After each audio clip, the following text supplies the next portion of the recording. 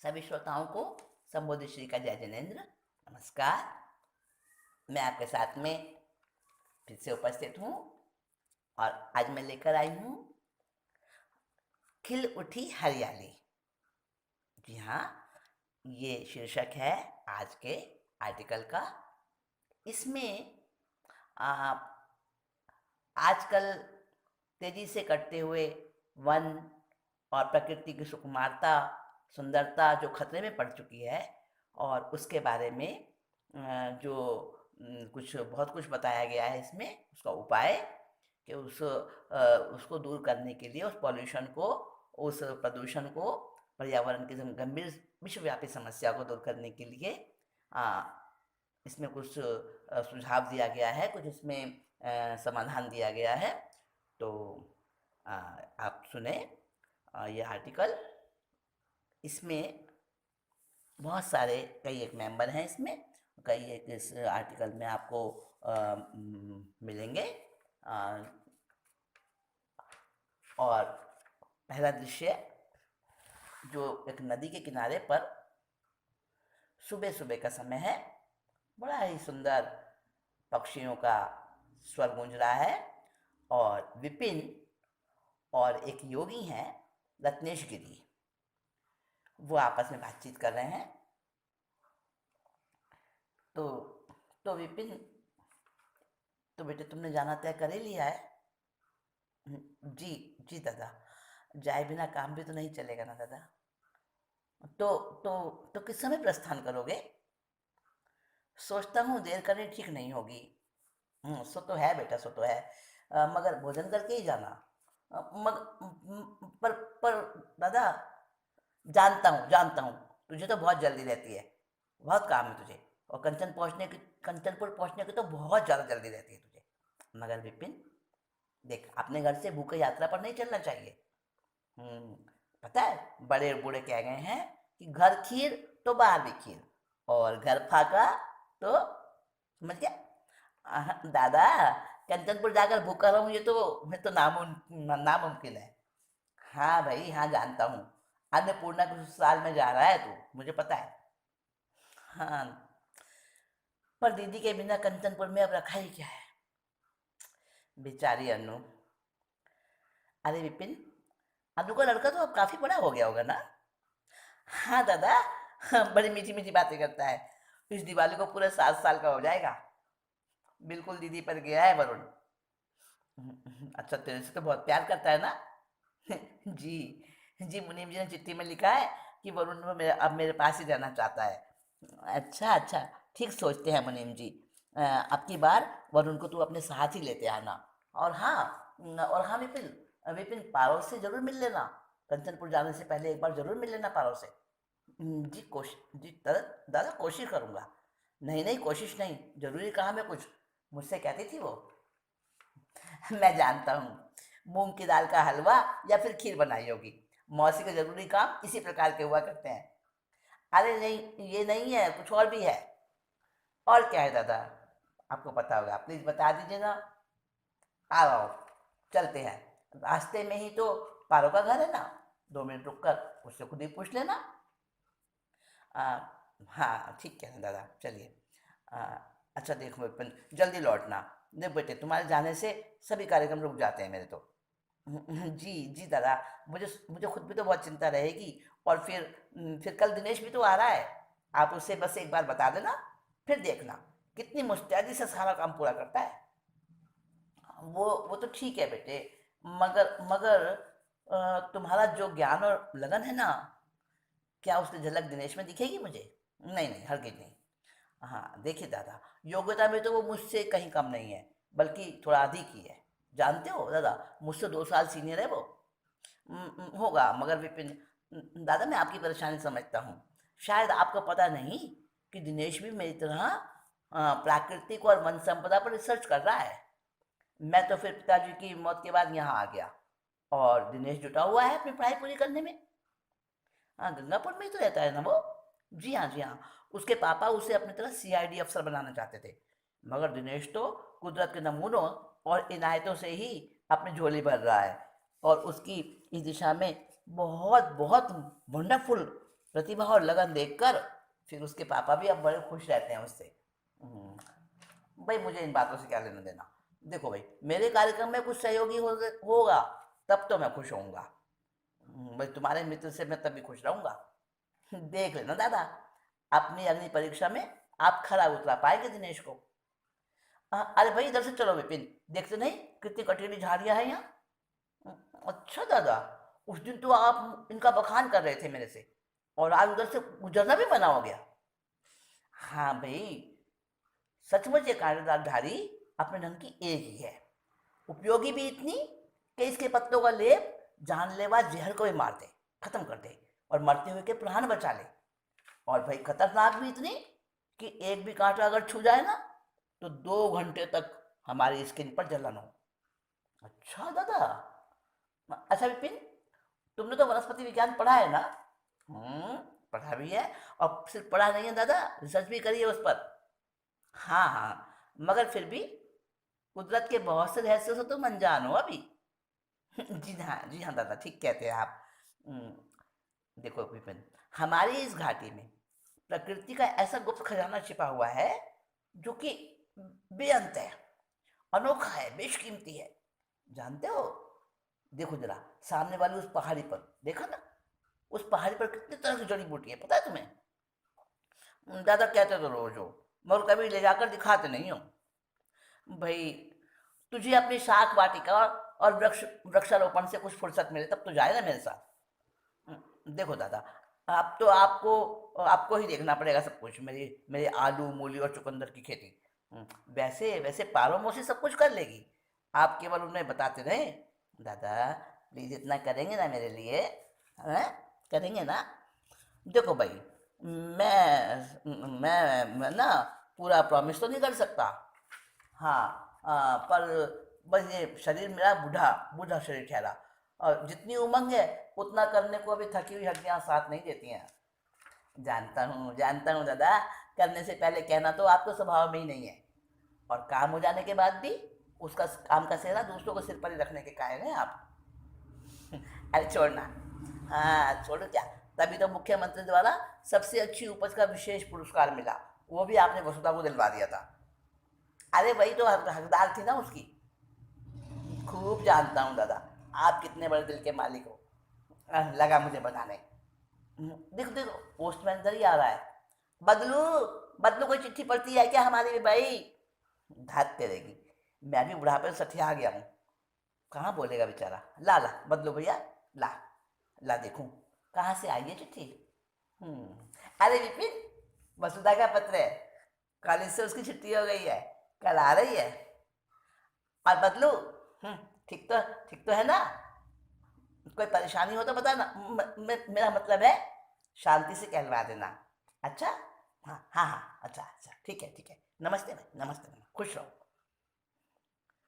बेचारा, भगवान ने एक बोलने की शक्ति ही नहीं दी, से वंचित रखा। अम, वरना वरना क्या कमी है बदलू में, है ना दादा? ठीक कहते हो बेटा विपिन, ऊपर वाले के तो खेल ही निराले हैं। लो लो, इसमें ये पत्र तुम्हारे लिए है। अम, जी जी जी, मेरे लिए? अरे ठीक ही तो है ना, अलग से लिफाफे पर क्यों खर्च किया जाए? हमारी वसुधा बहुत समझदार है। समझदार है, कंजूस भी तो है। अरे बेटा कंजूस नहीं, ये तो फिजूल खर्ची नहीं करना कंजूसी नहीं होती, समझा? हम्म। अरे पारमसी, नमस्ते नमस्ते, मैं तो आ ही रहा था। चलो ना, चलो ना, भूख जोरों से लगी है मुझे। हाँ मैंने सोचा खुद जाकर तुझे बुला लाऊं, हलवा ठंडा हो जाएगा ना तो मजा नहीं आएगा खाने में। चल चल। पारो ने सोचा कि कहीं विपिन चला जाए, और मेरा हलवा। और क्या क्या बनाया है मौसी तुमने? अरे बहुत सारा तो नहीं, बस तेरे पसंद की 2-4 चीजें बनाई हैं। आप देखो, अब वसुधा आ रही है कल, समझी पा लो, कल वसुधा की पसंद की चीजें बनाना। अच्छा, भैया वसुधा आ रही है, सच कह रहे हो? अरे भाई हम नहीं कह रहे, लिफाफा कह रहा है मौसी, जो अभी अभी बदलू ने हमको दिया है। लो पढ़ लो मौसी, अपने आप पढ़ लो। अरे तू ही पढ़ कर सुना देना। हाँ, अरे गांव की प्रौढ़ शिक्षा योजना की सूत्रधार हो तुम, और एक मास्टरानी होकर।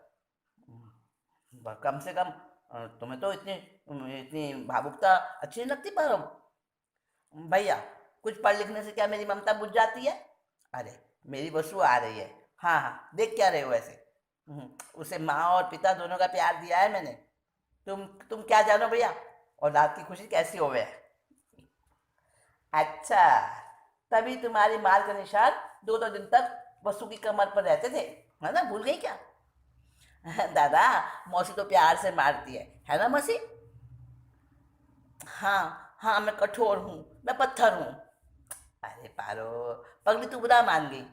अरे मैं तो मजाक कर रहा था, और नहीं तो क्या।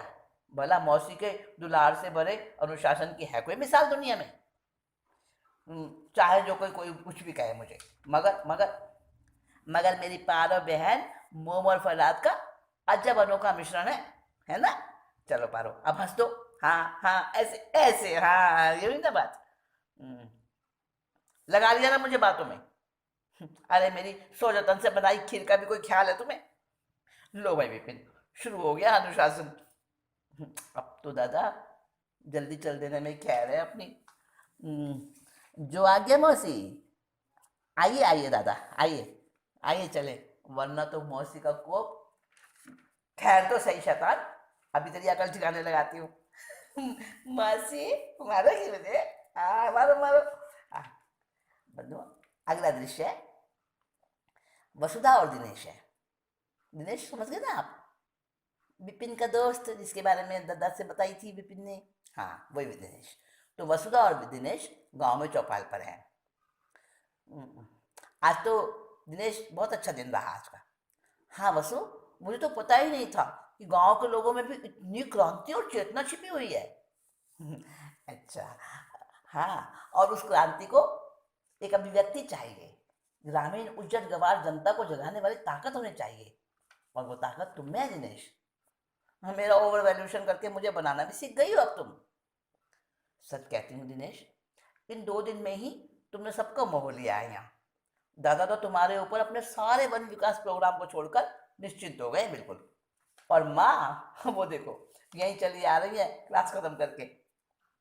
अरे वसुधा, अपने साथ दिनेश को क्यों मुका मार रही है? चल बेटा, कुछ खा पी ले। ये वसु तो जिस काम में लग गई ना, लग गई बस। अरे घर आए मेहमान को भी कोई ऐसे काम में लगाता है क्या? देख तो, कैसा कुम्हला गया है इसका चेहरा। मौसी, आप और वसुधा भी तो भूखी हैं सुबह से। अरे हमारा क्या, हम ठहरे कमा। मुंह फुला ले देखो लाडो ने। क्या बुरा कह दिया मैंने? दिनेश, दिनेश तू तो हमारा मेहमान है। अरे भाई, अपने मेहमान के खाने पीने का ख्याल हम नहीं रखेंगे तो क्या सोचेगा मेहमान? मौसी, आप क्यों परेशान होती हो? मैं कोई मेहमान थोड़ी, मैं तो घर का आदमी हूँ। अब चलो जल्दी जल्दी, मीठी सेवइयाँ और कचौड़ियाँ बनाई हैं मैंने, और वसुधा को बहुत भाती हैं। अच्छा वसु, ऐसी बात है? जी, जी नहीं, वो मेरे लिए नहीं बनी है। अच्छा, रूठ गई है मेरी बिटिया। अभी छोटी सी तो है। हाँ, इतनी सी है, इतनी सी। नन्ही बिटिया रूठी है भाई रूठी है। नन्ही बिटिया रूठी है, बस बेटी रूठी है। मान गई, अब मान गई। वो देखो, हाँ हाँ, होठों पे हंसी भी फूट गई। आई आई आई, वही हंसी, वही हंसी। माँ, हाँ, हाँ, मेरे गुस्से से बुरा मत माना कर। क्या दिया मैंने? मसी, आपके क्रोध के पीछे तो ममता से भरा एक ऐसा हृदय भी है मौसी। वसुधा, वसुधा कितनी लकी हो तुम, ऐसी माँ मिली। मुझे देखो, मुझ बदनसीब को तो 3 वर्ष का छोड़कर माँ भगवान के पास चली गई थी। अरे बेटा, दिल काहे छोटा करता है? मैं जो हूं ना तेरी माँ। माँ, अरे अब कभी मत कहना कि मैं अनाथ हूँ। नहीं माँ, कभी नहीं कहूँगा, कभी नहीं कहूँगा। वसुधा बेटी, हाँ माँ, रत्नू भैया आए थे सुबह, बड़े खुश हो रहे थे। कह रहे थे दिनेश के आने से विपिन की कमी नहीं खटक रही। सुन लिया दिनेश जी आपने? बस दादा तो यूं ही तारीफ किया करते हैं। कब आ रहा है विपिन वापस? भाई कंचनपुर से नथिया का मेरा भाई आया है आज। विपिन ने चिट्ठी दी थी उसे, लो पढ़ लो। प्रिय दिनेश, आशा है तुम गांव में बोर नहीं हो रहे होंगे। हाँ, दादा के ढेर सारे कार्यक्रम और बसों की बकवास से अच्छा, बसों की बकवास से बोर होने का टाइम ही कहाँ मिलता होगा। अच्छा, ये लिखा है। अरे और तो सुना बसु, मुझे नहीं सुनना है।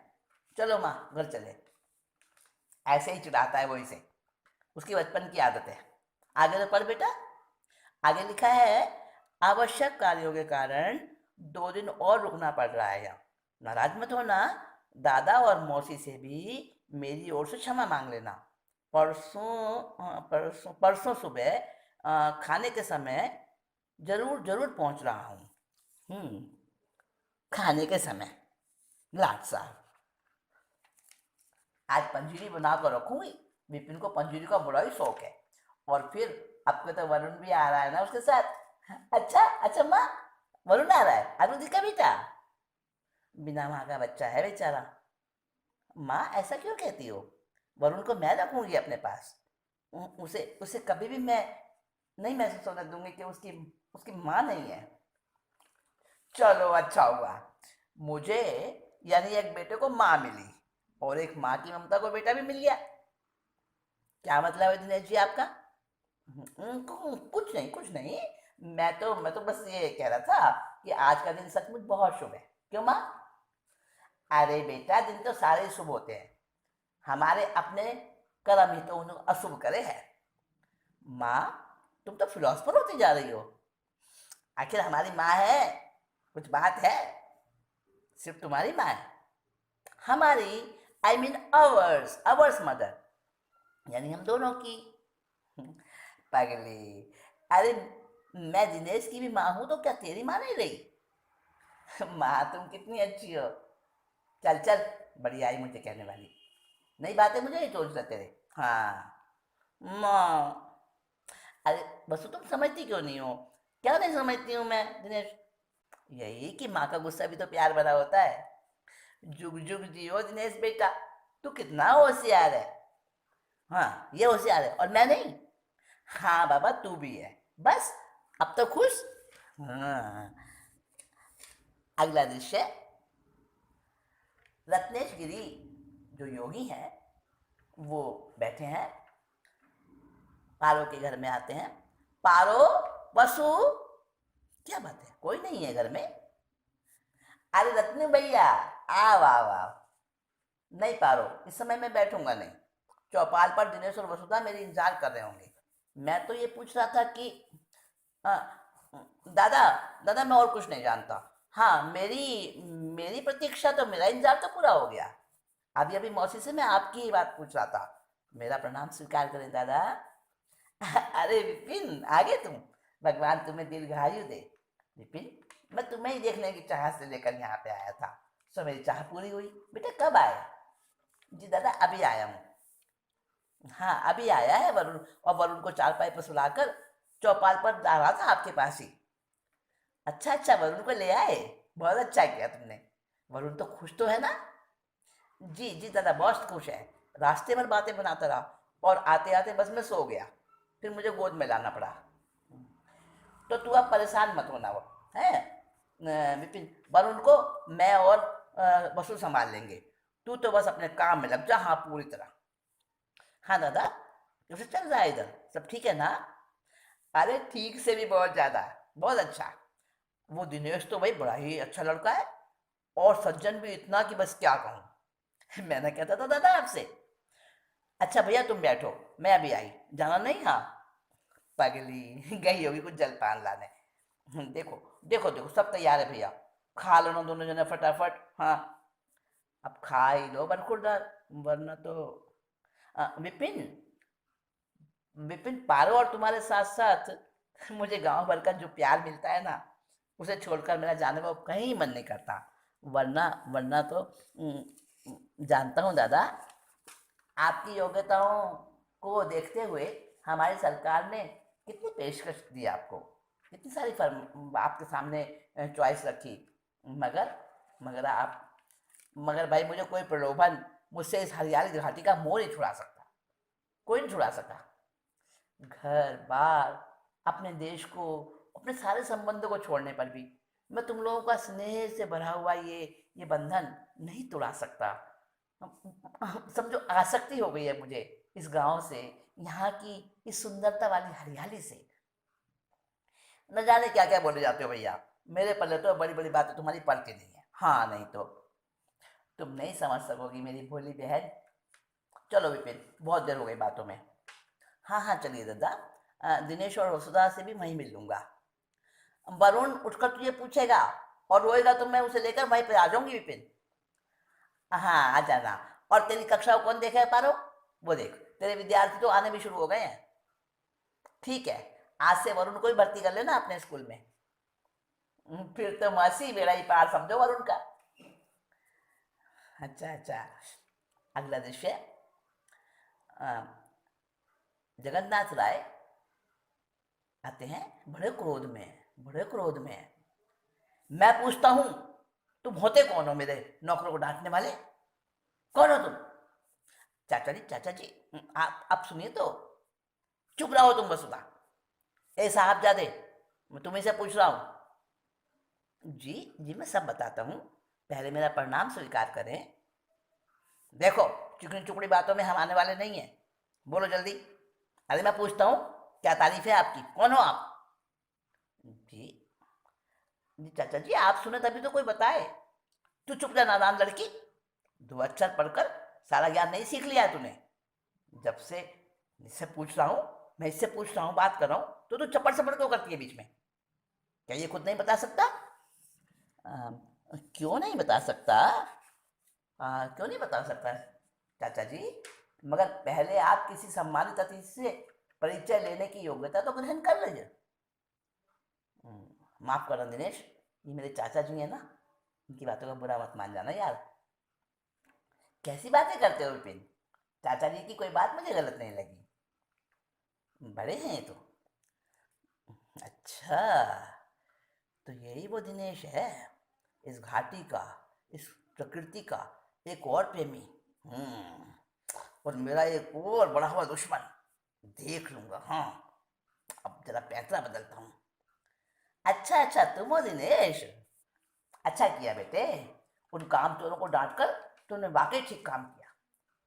कुछ करना ही नहीं चाहते ना नमक हराम। मगर दिनेश, तुमने तो, जी हाँ जी हाँ, मैंने उन्हें काम नहीं करने पर डांटा नहीं डांटा, बल्कि गलत काम करने पर डांटा। चाचा जी, गलत काम कर रहे थे वो। क्या क्या मतलब? मैं बताती हूँ। आपके नौकर हाथों में कुल्हाड़ी लेकर हत्या करने आए थे यहाँ, समझे? क्या बकती है लड़की, कैसी हत्या? वसु, वसु, यू मीन मर्डर, मर्डर करने आए थे? जी, हरे भरे वृक्षों पर कुल्हाड़ी चलाना हत्या ही है। केवल यही नहीं, हत्या ही नहीं, पाप भी है, बहुत भयंकर पाप। क्यों चाचा जी, हर रोज रेडियो पर, टीवी पर और अखबारों में क्या आप कुछ नहीं देखते सुनते? वो सब तो जानू हूँ बिटिया, मगर लकड़ी तो चूल्हा जलाने को चाहिए ही ना।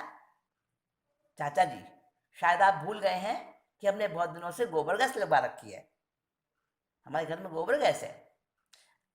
अरे भाई, ठीक है ना बेटे, सबके घर में तो नहीं है ना गोबर गैस। तुम जानो, अपने किसी कारिंदे को स्वर्गीय भाई साहब की तरह मैं भी परेशान नहीं देख सकूं हूँ।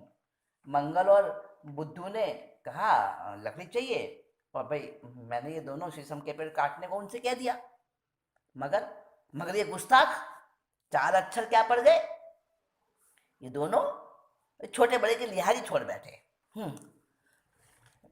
अम, अच्छा अच्छा, ना छोटा ना बड़ा, भाई मैं तो तुम्हारी उम्र का हूँ जगन्नाथ, मुझसे बात करो। बच्चों पर रौब बहुत जमा लिया तुमने। हम्म, और सुनो, मैं रौब जमा रहा हूँ या ये नावाकुल? दादा, दादा, आप गए नहीं फॉरेस्ट ऑफिसर के पास? अरे जाकर भी तो मैं बैरंगी लौटता ना, एडवोकेट खुराना मिल गए थे। किसी रामकुमार गुप्ता के पास आए थे। उन्हीं ने बताया मुझे कि आज गुलजारी लाल जी बाहर गए हुए हैं। अच्छा ही हुआ, अच्छा ही हुआ जो आप नहीं गए, यहाँ तो बखेड़ा खड़ा हो गया था अभी। हम्म, सुन चुका हूँ मैं रास्ते में। क्यों राय साहब, पेड़ पौधों को फलता फूलता देखकर अच्छा नहीं लगता आपको? क्यों नहीं लगता अच्छा भाई मेरे? बल्कि बल्कि मैं तो इस घाटी की सुंदरता और वक़्त बढ़ाने के लिए आजकल एक अच्छी योजना भी बना रहा हूँ। हम्म, अच्छा। अच्छा चाचा जी, आप भी इस तरह की बातें सोचने लगे हैं आजकल? तब तो तब तो हमारा और हमारी इस पवित्र धरती का अहोभाग्य हो गया। मगर विपिन, ये सब पासा पलटा कैसे? अब भाई मैं इतना भी बुरा तो नहीं हूँ कि तुम्हारे अच्छे कामों में कुछ सहयोग भी ना दे सकूं। नहीं नहीं नहीं, जगन्नाथ जगन्नाथ भाई, प्रजा और अपने इलाके को खुशहाल रखना तो हमारे राजा जी के वंश की खास शख्सियत है, खास पहचान है। बच्चों की बातों पर मन पर ना लगाना भैया। नया खून है ना, उमड़ता जोश है, जल्दी उत्तेजित हो जाते हैं बच्चे। हम्म, पर पर आपकी वो नई योजना क्या है? लगता है इस बार कोई नई चालाकी रची है मेरे चाचा जी ने। उतावली मत करो, राय साहब की योजना है तो प्रभावशाली तो होगी ही। आराम से समझ लेना भाई, इतनी जल्दी भी क्या है। बंधुआ, राय साहब की योजना क्या है?